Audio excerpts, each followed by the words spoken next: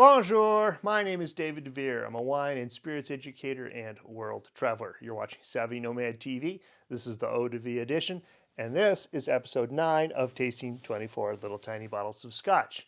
In today's little lesson, I want to talk about the business of Scotch because it is big business. There is a lot of money being made and is being dominated by 3 big multinational liquid or spirits corporations. I want to talk about them for just a second. Now, the Scotch market is broken into 2 halves. You've got single malt Scotch and you've got blended whiskeys. And blended whiskeys still represent 85% of the market. That premium single malt Scotch stuff, that's only 15%. When you add those 2 types of Scotches together, you find that one company, a company called Diageo, controls 40% of all the production in Scotland. I mean, that's pretty astounding.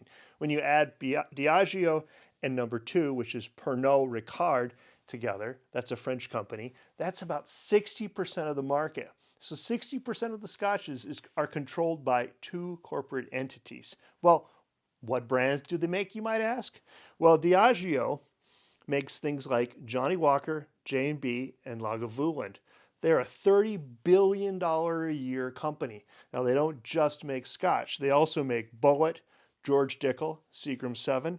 They make Smirnoff, Bailey's Irish Cream, Captain Morgan Rum, Tanqueray, and their beer, their signature beer of note, is one you've probably heard of. It's Guinness. I mean, at $30 billion a year, this is almost a company that's too big to fail. Anyway, it's interesting that they make Guinness because it's a partnership that started with the company that was Guinness itself. They formed a partnership and they changed their name. So the Irish make most of the Scotch. I think that's kind of funny. Now, Pernod Ricard is about a $10 billion business. Now, that's about 1/3. And they own things like the Glenlivet, Chivas Regal, and Ballantines. But they also make Jameson's, Redbreast, and Powers. Those are all Irish whiskeys. They make Kahlua, Beefeater Gin, and Absolute Vodka. Those are the best main brands, but they also own champagne houses and make lots of wine. Number 3 is Beam Suntory. They make about $3 billion in revenue a year. They're barely even on the list here. That's a tenth of what Diageo does. But their scotches are known. They make Lafroig, Ardmore. They also make Canadian Club Whiskey, Jim Beam, Knob Creek. And in the cognac region, they make Courvoisier. There are 143 distillers in Scotland, and only 20 of those distilleries are independent, meaning they are not owned by a corporate entity or they are not part of a greater group of distilleries. The top-selling brand in Scotland is Glenfiddich. It's owned by William Grant & Co. They make almost 11 million liters of the stuff a year. Now, if a liter sold for $40, that'd be $440 million in revenue. That's crazy. That's so much money. The second biggest producing is the Glenlivet. So we've got Glenfiddich, number 1, and Glenlivet, number 2. They make about 9.3 million liters. And Macallan, is number 3 at 6.5 million. These are brands you can find almost anywhere in the planet. In fact, I started drinking Scotch, the Glenlivet, when I worked in Antarctica. I mean, go figure. But when I say you can find them all over the world, I really do mean it. It's all over the world. But where are they going to most? Well, the number 1 export market is France. The French import 49 million liters of Scotch. You think they'd have enough to drink in France, but evidently they have an affinity for Scotch. The U.S. imports 31 million liters, and India imports 26 million. Now, when you break it down to single malts, the U.S. wins that race. It's 6.4 million, France 5.5, and Taiwan rounds out the top 3 at 2.4 million liters. It's almost like we had a little Olympic Games of Scotch just there. Okay, That's all I've got for you today. Let's go outside and taste today's scotches.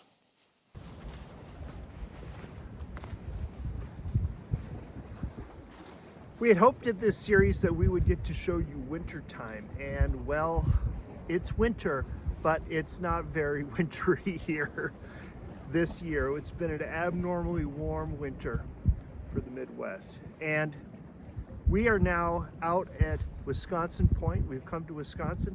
This is exactly across the river, the bay, the lake from where we live. Superior Inlet. So we're in Superior, Wisconsin, and there's the beautiful lighthouse that has lit the way into Wisconsin for a long time. It went for sale a few years ago. It sold for $100,000. Caveat is you can't get to it anyway.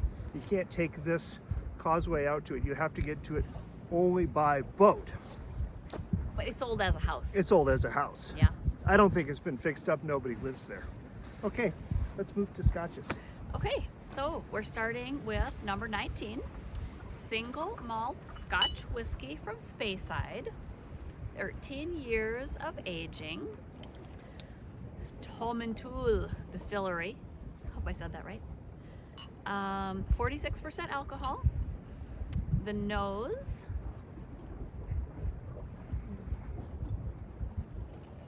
Want me to give you a hint? Yeah. Sweet butterscotch and dried fruits, caramelized nuts, and smooth, creamy praline chocolate. Ooh, is that like a chocolate turtle? No. Smells like whiskey. I don't think it smells like a chocolate turtle. It maybe smells a tiny bit fruity. I'll just go ahead and taste it. Go ahead.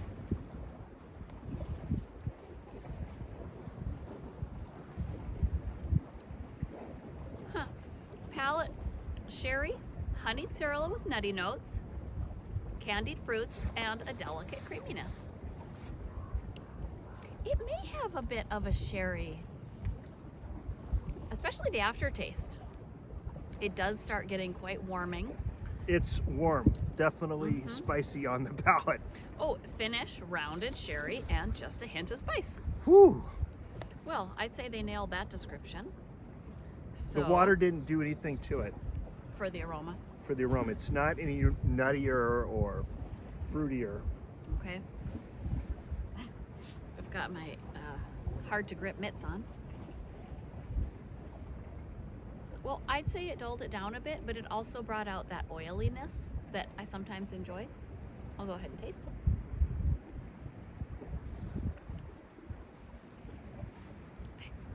I just don't like it with the water. The older scotches with the water don't seem to be improved at all. No, it just made it more burny for some Okay. reason, even though it was making it technically less alcoholic, I guess. Okay, number 20. Number 20. This is 14-year Lowland Strathclyde. Did I get that? Strathclyde? Sure, unless it's Slide. That's the distillery. I'm going to share a link to a great resource online that will give you more information about the distilleries themselves. I was able to look them up and find out who some of the brands are for these scotches. But that's Secret pretty inside interesting. knowledge. This one's aged 14 years, 46% alcohol. Nose of custard, butterscotch, praline. Well, that's funny because that's what the other one said about praline. And caramelized sugars with custard, vanilla cream, pralines, candied cashews and pecans, and coffee cake streusel.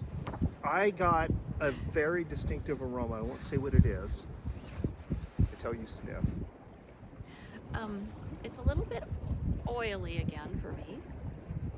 The aroma I got was, Chartreuse? no, was grass. It was grassy. Maybe so. It on smells that first good. aroma, that first sniff. In fact, it kind of reminded me of a French Sauvignon Blanc in that grassiness. Very interesting. Bigger body than the other one. Yes, maybe some grassiness. Ooh, it has an interesting finish. they say palette of tannic, Ooh. fried dough, sweet buttery pastry, almond croissant, oaky vanilla and spice, bitter oak and semi-sweet cocoa powder with a finish of custard with a kiss of spice and cocoa. I'm thinking whoever wrote this was hungry on this day. No kidding. But that one, it is interesting and very different from number 19. Again, I'm not sure the water did anything to it. No, oh, I think it made it sweeter. Almost like a candy smell for the aroma.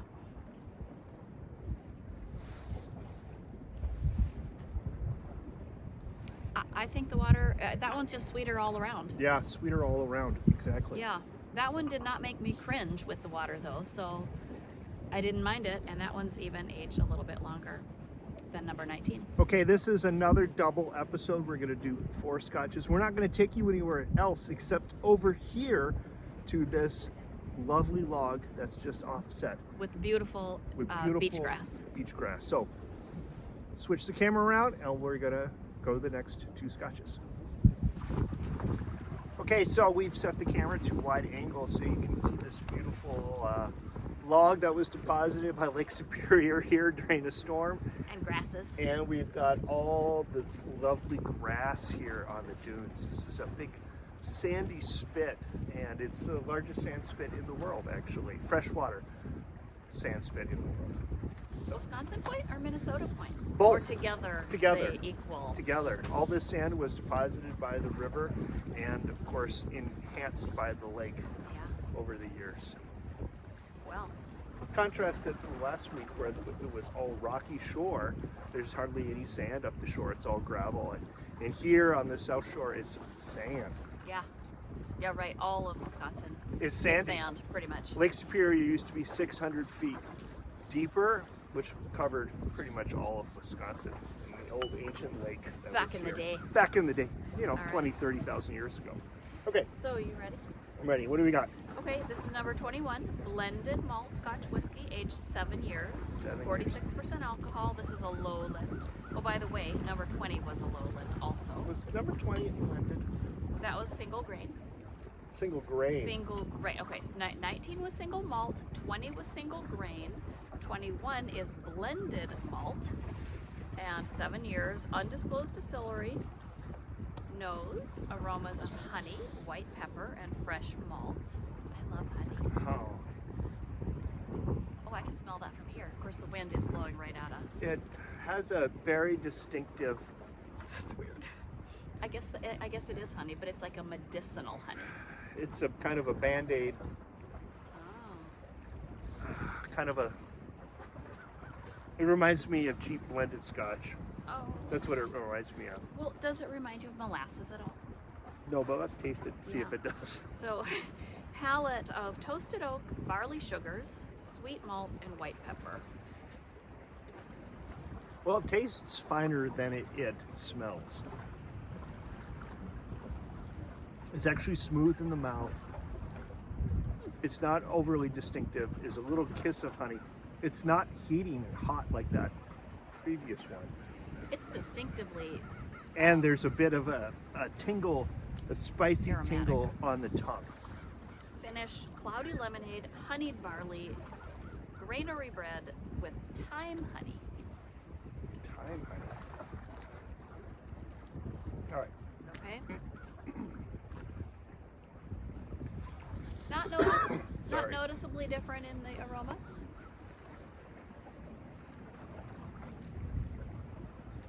Good luck. Careful. Now it's still got that medicinal solvent aroma type. I can kind of detect the time once I get over that taste of the whiskey with the water, which I really am not liking. It's distinctive, but It's distinctive. It's interesting. it's okay. Okay. All right, on to 22. Single malt Scotch whiskey from Speyside, 46% alcohol, aged 11 years. Milton Duff. Milton Duff Distillery. Nose, crisp and dry. Portuguese tarts, vanilla pods, and white chocolate. Your Or- favorite. What is a Portuguese tart? Well, we're not going to talk about that. Not sure. Oh, Palate, faint lime pickle. I love pickles. okay. Okay. I've got an aroma in my head. Oh, now see, to me, this is buttery. I got the distinct aroma of nectarines. Could be. Kind of a fruity nectarine, almost sweet fruit aroma, ripe nectarine. Well, it doesn't taste like nectarines. Oh, it's very interesting. It might be like a little bit of aged leather. Oh, it's got a little kiss of lemon. Well, it did say faint lime pickle for the palate, coconut, whole ginger, and olive oil. Spicy on the finish. Not as Green. spicy as the last one, but this one definitely spicy. You can feel it prickling the tongue. Green apple skins, hint of soy sauce, and mint and fennel. Finish cappuccino, almond butter, sweet corn, and creaminess. Cappuccino. Creamy bitterness? I don't get I'd that. love to hear if anybody else tastes any of these things. And we're kind of going through our tasting pretty quick, so sometimes it takes a while for flavors to develop. I don't know. I'm not sure the water here did anything else either. It didn't make it worse. It didn't make it worse, no. Is that it? That's it. God, we went so fast. Okay, well, only 2 left, I guess, after this. 2 more. That's next week. Will be 23 and 24. 24 is supposed to be a special aged Scotch. How old is it? 21 year. 21 year. That'll be Yes. That'll be fun to try. Okay, if you've enjoyed this episode, please give us a thumbs up. If you're new here, please consider subscribing. And like I said, we'll be back next week for our final Scotch tasting of 2024, spring/winter edition. Sure. Okay, until then, I say a toot to there and